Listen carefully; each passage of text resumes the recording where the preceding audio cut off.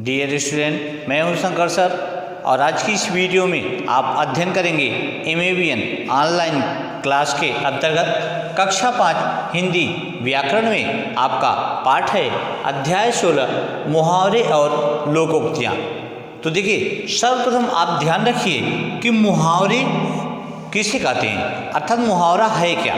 तो देखिए, जिन वाक्यांश का अर्थ सामान्य ना होकर कोई विशेष अर्थ प्रकट करता है उसे मुहावरा कहते हैं। जैसे अंधे की लकड़ी, तो अंधे की लकड़ी का आशय क्या होता है। देखिए, अंधे की लकड़ी का आशय होता है एकमात्र सहारा होना। अब इसे आप अपने वाक्यों में प्रयोग करेंगे तो लिखेंगे, बूढ़े माँ बाप के लिए उसका लड़का अंधे की एकमात्र लकड़ी था। जैसे आंखें दिखाना, तो इसका अर्थ क्या होता है, क्रोधित होना या क्रोध करना। अध्यापक के आंख दिखाते ही कक्षा में सारे बच्चे शांत हो गए। जैसे मुहावरा है उल्लू बनाना, उल्लू बनाने का अर्थ क्या होता है, मूर्ख बनाना। तो वाक्य प्रयोग क्या करेंगे, चुनाव में नेता लोग जनता को उल्लू बनाते हैं अर्थात मूर्ख बनाते हैं। इसी प्रकार से आप जैसे 9 2 11 होना, तो उसका अर्थ होता है भाग जाना। पुलिस को देखकर चोर 9 2 11 हो गया। तो इसी प्रकार से आपके बहुत सारे मुहावरे दिए गए हैं। तो आप अपनी पाठ्य पुस्तक में देखेंगे, इस पाठ में आपको अभ्यास प्रश्न नहीं करने हैं। आपको मुहावरे के अंतर्गत जो मुहावरे आपको दिए गए हैं, आपकी पाठ्य पुस्तक में 30 मुहावरे दिए गए हैं, उन सभी को अपनी अभ्यास उत्तर पुस्तिका में लिखना है। और अब बात करते हैं लोकोक्तियों की। तो देखिए, लोकोक्तियाँ हैं क्या।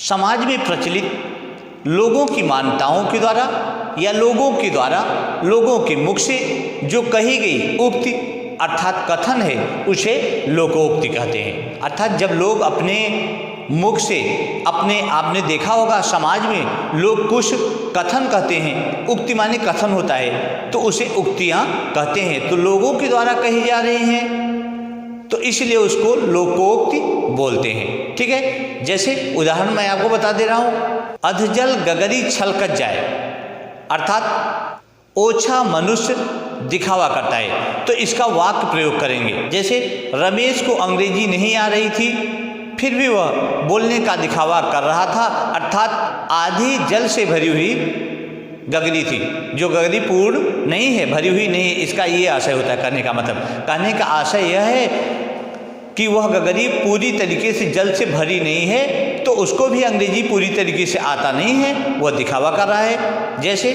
आ बैल मुझे मार, अर्थात स्वयं मुसीबत को बुलाना।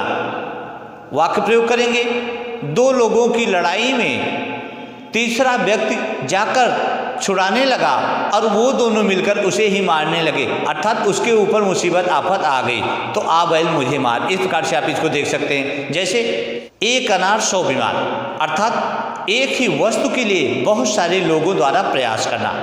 अब वाक्य प्रयोग करेंगे तो आप लिखेंगे, एक नौकरी के लिए हजारों छात्रों ने आवेदन किया था।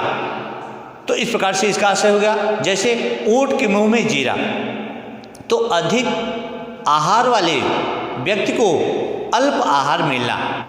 तो वाक्य प्रयोग करेंगे, बाढ़ पीड़ित लोगों के लिए 5 रुपये देना ऊंट के मुंह में जीरा जैसा साबित हो रहा था, दिखाई दे रहा था। तो आपके इस पाठ में लोकोक्तियों के अंतर्गत अभ्यास प्रश्न में आपको कोई भी प्रश्न नहीं करना है। जितनी आपकी लोकोक्तियाँ आपकी पाठ्य पुस्तक में दी गई हैं, तो 20 लोकोक्तियाँ हैं, उन सभी को अपनी अभ्यास उत्तर पुस्तिका में अर्थात अपनी व्याकरण की भाषा की कॉपी में आपको उसे लिखना है और उसे ही रीड करना है, तैयार करना है, याद करना है। तो इस प्रकार से आप पूरे पाठ को लोकोक्ति और मुहावरे को अपनी कॉपी में लिखकर उसे तैयार करेंगे, याद करेंगे, तो संपूर्ण पाठ का आपको अध्ययन करना है। तो आशा है आपको यह चैप्टर समझ में आ गया होगा कि आपको क्या क्या लिखना है, क्या तैयारी आपको अपनी परीक्षा से संबंधित करनी है इस पाठ के अंतर्गत। तो आज की इस वीडियो में बस इतना ही। Thank you so much.